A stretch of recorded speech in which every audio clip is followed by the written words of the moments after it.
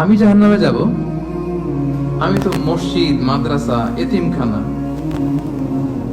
বৃদ্ধাশ্রম এমন কিছু নাই যে বাকি রাখছি। শত শত মসজিদ আমি করেছি, আমি কেন জাহান্নামে যাব? আল্লাহ বলবে, না, তুমি দান করেছিলে এই জন্য যে লোকজন তোমারে দানশীল বলবে, দানবীর বলবে, আদেম তাই বলবে। ওটা তো তোমাকে বলা হয়েছে, জাহান্নামে যাও।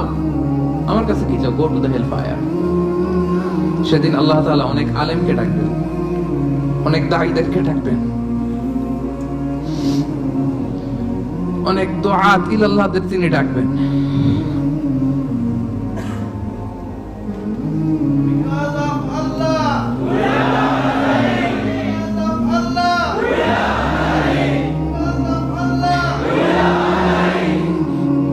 সেদিন অনেক দুআত ইলাল্লাহদেরকে ডেকে আল্লাহ বলবেন যে তুমিও জাহান্নামে যাবে।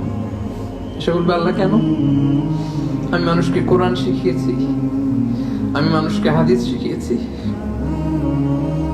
আমার কথা শুনে অনেক নামাজ পড়েছে, আমার কথা শুনে অনেকে দাড়ি রেখেছে, আগে সুদ খেত, আমার কথা শুনে সুদ বন্ধ করেছে, আমার কথা শুনে তো আল্লাহ এরা নামাজি হয়ে গিয়েছে। দ্য এন্টায়ার সোসাইটি সুদ বন্ধ করেছে, নামাজ ধরেছে, তারা ফরজ যাকাত দিত। আল্লাহ আমি কেন জাহান্নামে যাব? আল্লাহ বলবেন, তুমি এই দাওয়াতি কাজ করেছো, লোকজন তোমাকে বড় আলেম বলবে, লোকজন তোমাকে বড় সেলিব্রিটি বলবে, লোকজন তোমার নামে তাকবীর দিবে, তোমাকে বড় আলেম বলবে, বড় দাঈ বলবে। এটা তো বলা হতো তোমাকে দুনিয়াতে, আল্লামা বলে ডাকা হতো তোমাকে, বাহরুল উলুম বলা হতো তোমাকে, জ্ঞানের সাগর। অনেক বড় দাঈ, অনেক বড় সেলিব্রিটি তোমাকে বলা হতো এই দুনিয়াতে। তো যা চেয়েছো তা তো পেয়েছো, আমার কাছে কি চাও? আমার কাছে তোমার জন্য কিছু নাই। Go to the hell fire. তুমিও জাহান্নামে যাবে। আল্লাহ ওইরকম আলেম হওয়া থেকে আমাদেরকে তুমি বাঁচাও, ওইরকম দাঈ হওয়া থেকে তুমি আমাদেরকে বাঁচাও।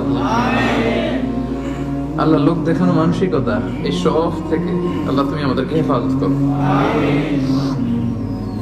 তাহলে 4 নম্বর যে রোগ আমরা চিনে ফেলছি না, এটার নাম কি? রিয়া। নামাজ পড়তেছি, মানুষ আমার এই বড় মুসল্লি বলে।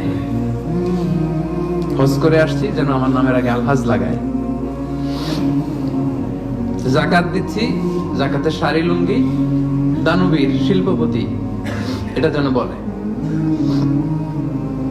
জিহাদের ময়দানে গিয়েছি, ইসলামের জন্য মিছিল দিচ্ছি, যাতে মিডিয়াতে আমাকে সবার আগে দেখা যায়। আল্লাহ বলবে, go to the hell fire, জাহান্নামে যাও। এগুলো একটাও আমার জন্য করো নাই। তুমি যা চেয়েছিলে দুনিয়াতে তুমি সেটা পেয়েছো, আমার কাছে কি চাও? কিচ্ছু নাই আমার কাছে তোমার জন্য, যাও। আল্লাহ এরকম দানশীল হওয়া থেকে, এরকম আলেম হওয়া থেকে, এরকম বীরত্ব দেখানো থেকে আল্লাহ তুমি আমাদেরকে হেফাজত করো। আল্লাহ রিয়া থেকে আমাদের এই কলবটাকে তুমি মুক্ত করো।